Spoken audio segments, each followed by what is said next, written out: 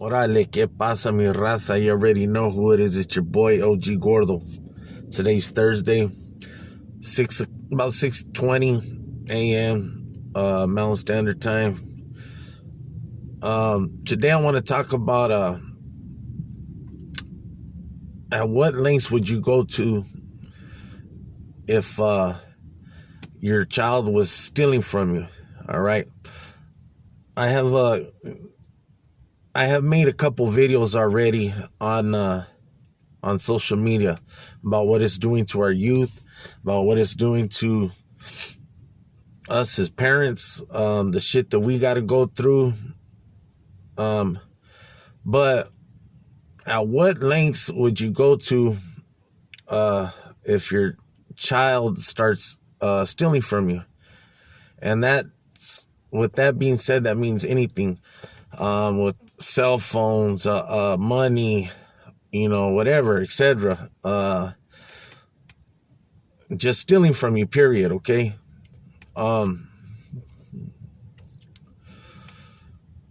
know a lot of us parents, especially me. Okay. First of all, we all live by that code where, we don't go run to the police, right? I know I've lived by that for a long time, and I still do. So obviously, with that being said, if it was me, I'm not going to go to the police. But out of curiosity from my followers and the people who do watch my content, I'm just curious on how you guys would handle that situation. Say you woke up one day and, for instance, okay, your bank account was cleaned out. All right. Say you first couple of days, 2-3 days, you're looking for your card. You got a little bit of cash on you, so you don't need your card, but you figure you lost your card. Okay. This is just for instance. I'm just throwing out a scenario out there. All right. So think of it like this. Say, that happens.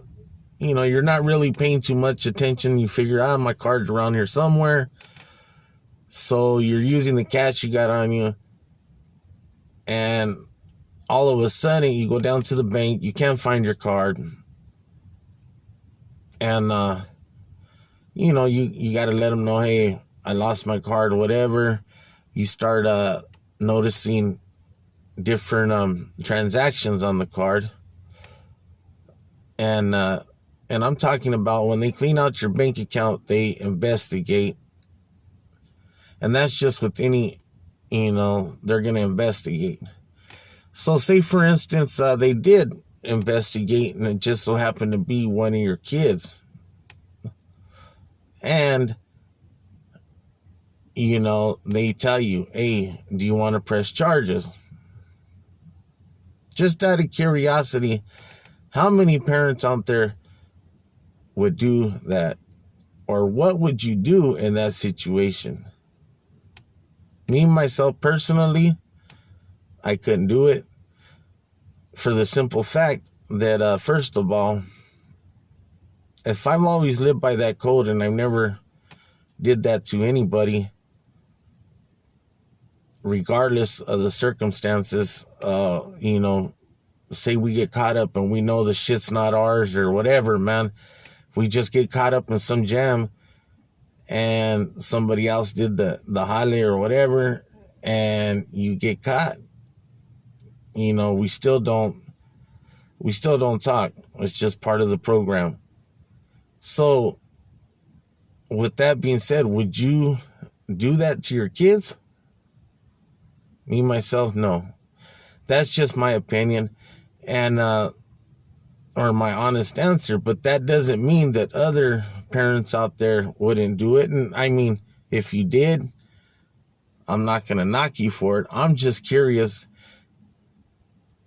And since someone like us or me wouldn't do that, what would be the second outcome? What would be your second choice of punishment? So I should say,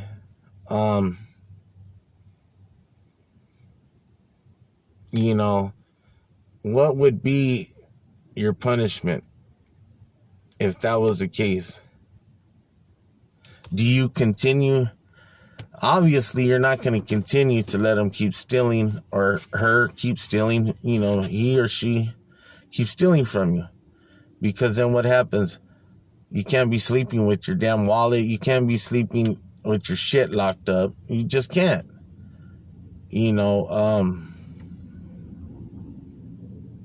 I mean, that's no way to live. It doesn't matter.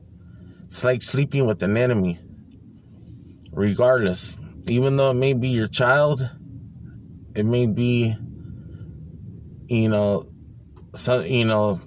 a close family member that you may consider your child. Could be a niece, nephew, anything to that effect. What do you do? I mean, what would be the second step that you guys would take? And I'm just curious, because, somebody had brought this to my attention that they were going through this. And, it is a hard pill to swallow, especially when it becomes your own kids, man.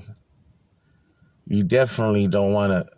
I mean, me, myself, personally, I'm not going to snitch on my kids, man. And people can call it bad parenting. They can call it whatever they want. And I know I'm a very strict parent. My kids are brought up to say yes or no, sir, yes, ma'am, no, ma'am, open the doors for our elders, also respect our elders, all that shit that we were taught when we were growing up. So yes, there is we do live by a certain code of ethics, man. We do live by a certain standards. We have to hold ourselves superior to, I mean, I shouldn't say it like that, but we try to, like I said in my last video, that's the problem with the parents, is that they don't, you notice nowadays they don't teach their kids respect and stuff like that. Maybe that's the reason why they do the shit that they do. But even some that are taught respect, they still do that shit. It doesn't matter, I guess. It is a tough situation, man. It is. It's a very hard, tough situation. I don't care which way you swing it, which way it goes. It's for any parent, I would believe that is hard, man. And see, a lot of people do not bring up topics like this, but it is reality, and this is what happens. And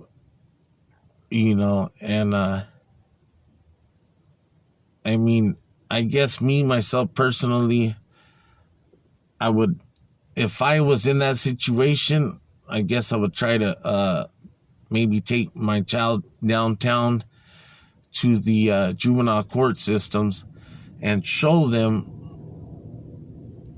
take them into the juvenile courts where they hold court, okay?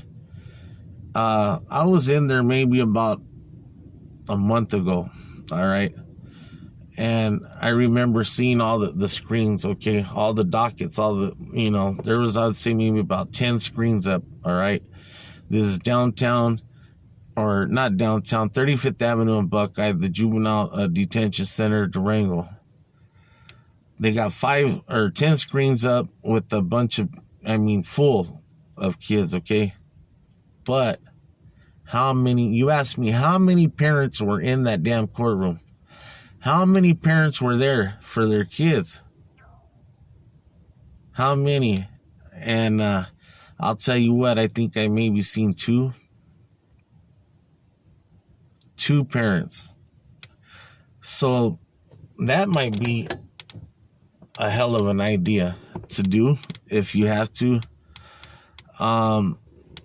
Take them down to the court system, the juveniles. Show them, hey, You know,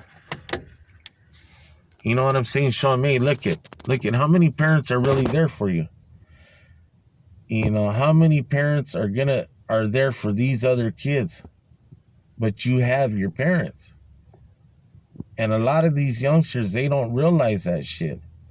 And it's a trip because the ones who really do have it rough in life, who really do suffer at home, they don't leave home. It's a trip. But the ones who do have it good, they pull some fucking babosadas like you wouldn't believe. Some stupid shit. And they think that they just got it bad. Isn't that a trip? And another thing I was thinking what we could do is take our kids down to the fucking welfare office. Have them sit their ass in there for an hour or two. Let them see the people who are all around. And ask them, especially if you have little girls, man. Tell them, is this what your life wants? You want your life to be? Because if you keep going down this road, that's what it's going to be. You're going to be sitting in this damn welfare office, or you could possibly be in this damn juvenile court, you know, because once they turn 18, everything is out of our hands. And I remember my jefito always telling me that all the time. Once you turn 18, cabrón, ya estuvo. I can't do shit for you. So, think about it. And do me a favor. Hit that like, that subscribe button, man. Please drop a comment. Let me know what you guys think about this video, man. Do you think that is bad parenting? Because whoever would be going through that situation, as far as, like I said, about the bank accounts and shit like that, them being stolen from, would you turn your child in? Now, if they become a runaway, obviously you gotta, call in, okay? Because you don't want your kids to be out on the calles. You don't want them to get hurt or whatever, so that would be mandatory right there. Yeah, I don't give a shit what anybody says about that, because at the end of the day, if you're the one getting that phone call that your child is in the morgue because you didn't call and report them that they were missing, then yeah, you're going to feel like a real fucking piece of work. Now that's different, but as far as like putting them in the system, getting them started in the system, if they're doing shit like that, believe me, I don't think they're going to need any help getting in the system, because eventually they will get there. But with that being said, this is OG Gordo tapping out from Phoenix, AZ. Nothing but love to everybody, man, who's been supporting my motherfucking channel. As you can see, it is growing. We're getting there. I appreciate, man, I can't say it enough, homies. Like I said, I got so many day one homeboys who've been riding with me, man. And it is what it is. Let's do it, man. Let's get it popping.